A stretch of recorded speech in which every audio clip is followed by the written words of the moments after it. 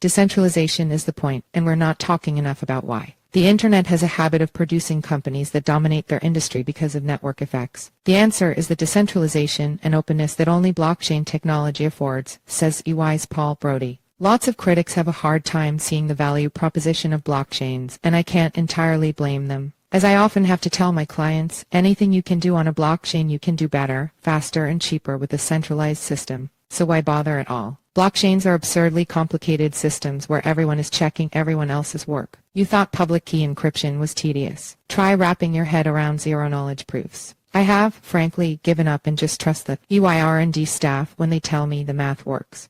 Brody is EY's global blockchain leader and a CoinDesk columnist. So what is the value proposition of a public blockchain? Why go to all that trouble? The answer is decentralization. It's the only thing you can truly have on a public blockchain that you cannot have in any other system. And we're not talking very much about why decentralization is immensely important for every single company on Earth and for all our longer-term prosperity. A reasonable guess as to how much decentralization is worth is about $1 trillion a year in the US alone, and it's growing every day. Decentralization has always mattered, but we've rarely noticed because it used to just be the way the world worked. We used to have a great deal more decentralization than we do today. As a child, visits to my grandparents in Europe were this amazing world of nearly the same but not quite. Blaupunkt radios, Grundig televisions, Marks and Spencer clothes, all things I did not see in the United States. Even the things that you might expect to be the same were not. Ford Escorts in Europe bore little resemblance to the cars sold in the United States. This decentralization didn't require any planning and conscious work. It was basically impossible in the old days to run global organizations. Before we had global companies, we had multinationals. The names are different because multinationals were companies that operated in many countries, but they were unique firms in different countries. Products looked different around the world because there were no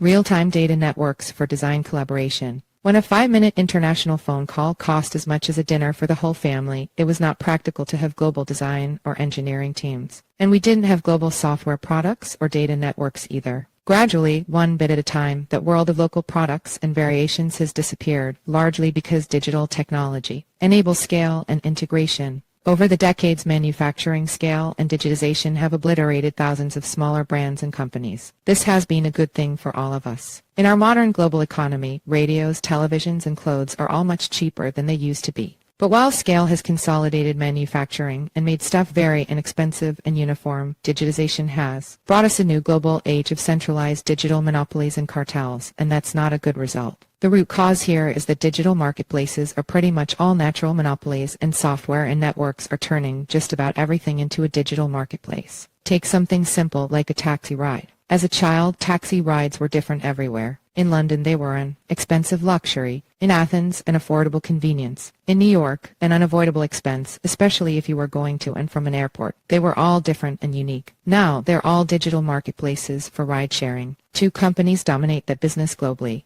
The economics of software and networks make this unavoidable. The value of a network, whether it is for instant messaging or ride-sharing, gets bigger as you add more users. The more users you have, the more attractive it is for other users to join the network. Over time, it becomes increasingly difficult and eventually nearly impossible to catch up with the market leader. Don't get me wrong. This process is immensely valuable for business transformation. Early stages of investment to digitize and perfect a marketplace are immensely difficult and create enormous value. Building a real-time system to match drivers and riders in nearly every city, integrated with GPS maps and directions, pricing models, reputation systems, and payment systems, is a Herculean task. The results are so amazing when you first take one of these rides, it almost feels like magic. You get in, you ride, and you get out and walk away.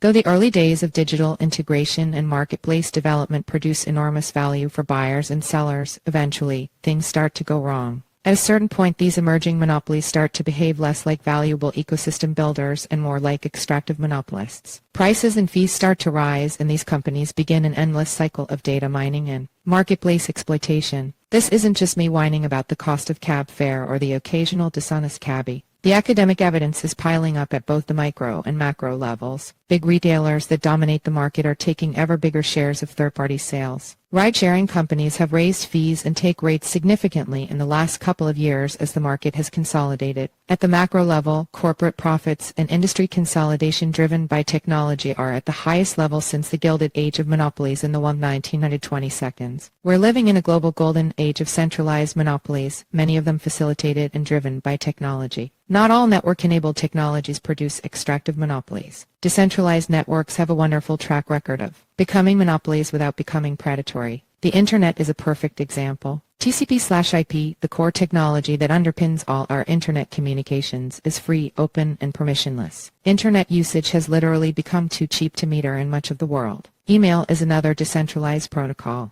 There's no monopoly because there's no company at the center of these networks obliged to maximize shareholder value. How is it that we can have a global network for nearly instant communications that is astoundingly reliable and for which the cost of usage is nearly too cheap to meter and has been running for decades without interruption, but we need to pay 30% of our cab fare to a software company? The Internet as a whole is not radically simpler than ride-sharing. The only real difference is that one is run by a couple of centralized companies and the other is a decentralized and open network. This is not about being against capitalism or free markets. This is about being against monopolies and the damage they present to our prosperity. To avoid a world of endless monopolies, we have three choices. We can stop the march of digitization and networks. We can regulate the heck out of all these monopolists. Or we can build decentralized systems that can't become monopolies. The first choice isn't a real option. The second choice is a political nightmare. The third choice is called ethereum. It's TCP/IP for business value, a pathway to digitization without the risk that you'll end up a cab company in a ride-sharing world. And how does this fit back into the bigger picture about the economy and policy?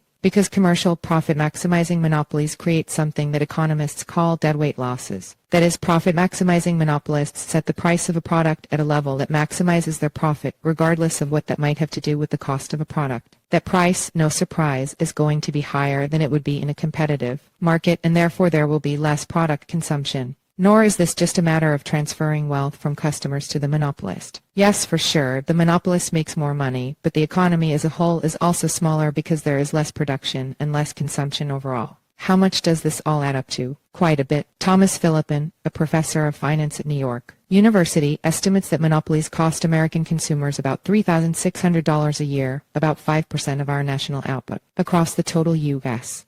economy. That means additional costs of roughly $1 trillion. As the world becomes ever more digitized, that number is only going to get bigger.